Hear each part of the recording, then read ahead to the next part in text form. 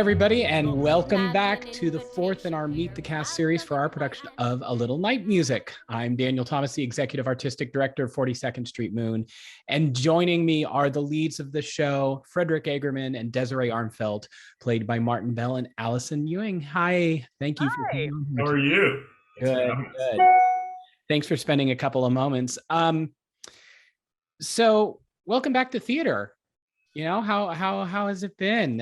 Allison, what's it like to get back to rehearsals? I mean, there's this whole new thing we're doing right now, which is, sort of the first 3 rehearsals we've had. Well, actually the week before too.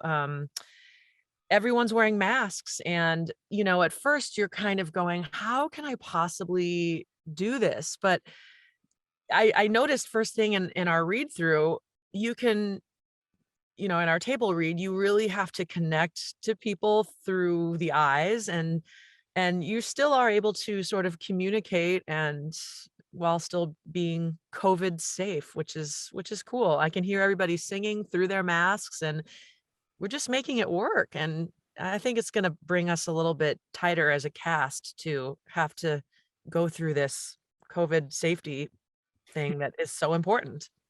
Well, it's been amazing just to get back into the swing of rehearsing, making art with people. Can't wait to be on stage again. You forget how much you miss all of that until you're forced not to have it for a year or 2 years. So that's been great. And Allison, I think you're totally right about the masking. It's I'm so used to it now in my daily life. I don't think about it, but it does feel really odd to do it in this creative process. But I find that you have to rely on other things. It must be like doing radio. I've never done radio, but so much more has to be done with your voice, with your eyes, with your intention. You can't rely on just your facial expressions, which I think as actors and performers, so much of what we do, our characterization is built on that. And you realize, at least through the rehearsal process, people can't see that, right? And so I want them to know that I'm really listening, or I'm upset, or I'm interested, or I'm feeling passionate. And how do I do that without just using, this part of my face? Yeah, this is the first time I've actually seen Martin's face, so I'm like, ooh, my lover in the show. He's so got lips. Yay! Lips are important. Now, Allison, your last appearance on stage for Moon was a little while ago. Yes, a little while ago. Yeah, I performed in Jubilee and Irma la Douce, and both of those were well over 10 years ago. So it's really, I've been kind of on the road and in New York doing some shows, but I am home now, and I'm so happy to be back, on the Moon stage again. And Martin, this is your Moon debut. Well, I did the gala, the virtual gala. So yes, Allison as well. Debut 2.1 or something like that. Right? So I'm very glad to be back into doing live theater. Yeah. And Allison, based on your location, you've got the setup. You're used to being in a box doing stuff. Yeah, I am. I actually, during the pandemic, my father and I built this booth.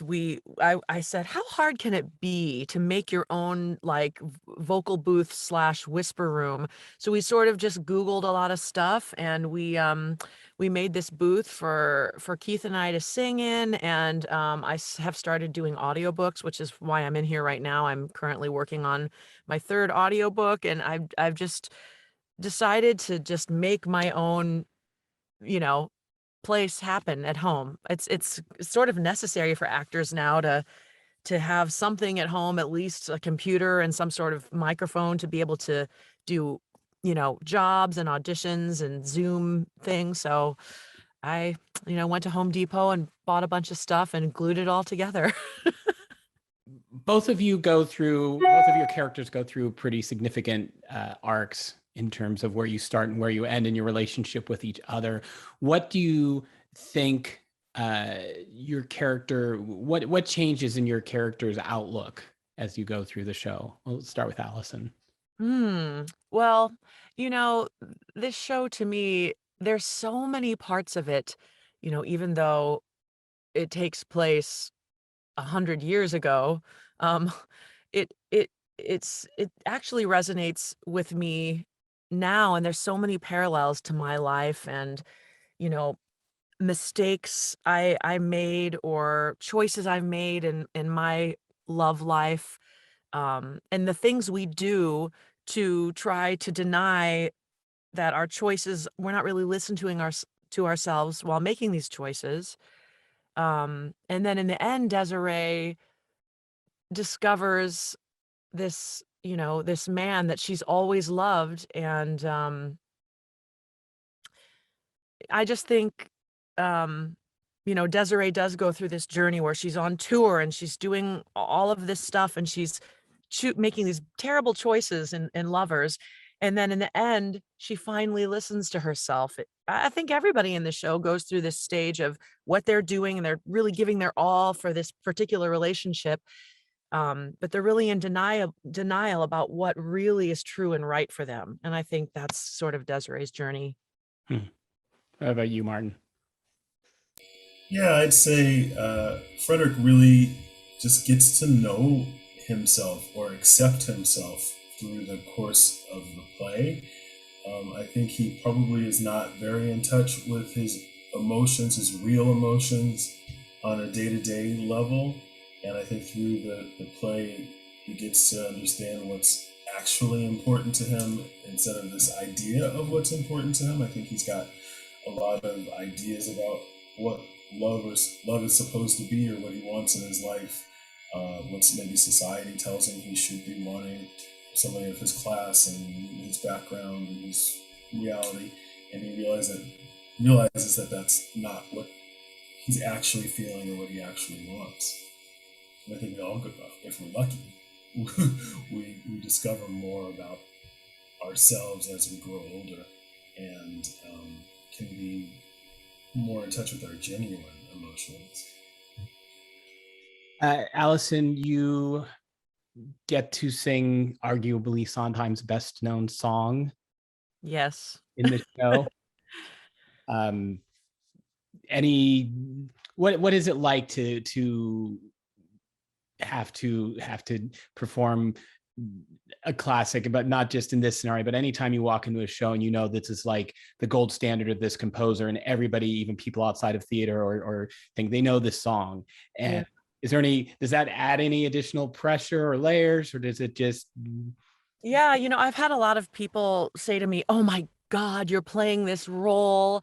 This is the greatest role. It's iconic," and you kind of have to shut that off because then you think, "Oh my gosh, people are expecting they're expecting a specific thing." And I've kind of decided that it's better just to like dig within myself and find what is genuine in me with this role, and you know sing sing the song with my own thoughts and my own passion, and don't try to be the people who have done it so brilliantly you know in the past. That's the only thing you can really do. And but also it's awesome. Like I'm so happy to play it. I'm so happy to sing Send in the Clowns. You know, it doesn't get old. It's a pretty simple song musically, but there's so much in it that you can just sit in and feel, which is just lovely. So I'm And super happy. aren't you you have a lot of opera in your background. You have a lot of classical song, and Frederick is more of a patter singer through a lot of this. And are there any adjustments you're making to how you approach that when it's really just kind of words? I think trying not to be overwhelmed by just the sheer number of words and how quickly they have to be spat out, and focusing, now that I hope that I've got some of that first level stuff, focusing on letting the character come through not despite that, but with that, using that as the impetus for exploring who Frederick is. And I think, when I've listened to the people I love singing it, they've really been able to do that. And maybe they don't sing, every note isn't right, every rhythm isn't right. And, if I'm not looking with the book, I would have never known, because the characterizations are so deep. And that's what I'm going to be trying to get to in the next week. So I think it's really well written, in that when he is in his more logical lawyer side, there is much more of the power, but there are the moments in the show where he starts to access his emotions and it becomes much more lyrical and melodic. And it's so lovely to have a voice like yours when it gets to those moments and to hear those melodies soar. So it's wonderful. And so I'm grateful for that. We're on day 7 of rehearsal or something like that, and we've got all of 15 minutes before the show opens. So we're going to get back to work, but A Little Night Music runs November 4th through the 21st at the Gateway Theater in San Francisco. Tickets are on sale at www.42ndstreetmoon.org. They're going quickly, so get in there and join us in our glorious return to live performance. Allison Martin, thank you so much for taking a few moments with us. Thank you.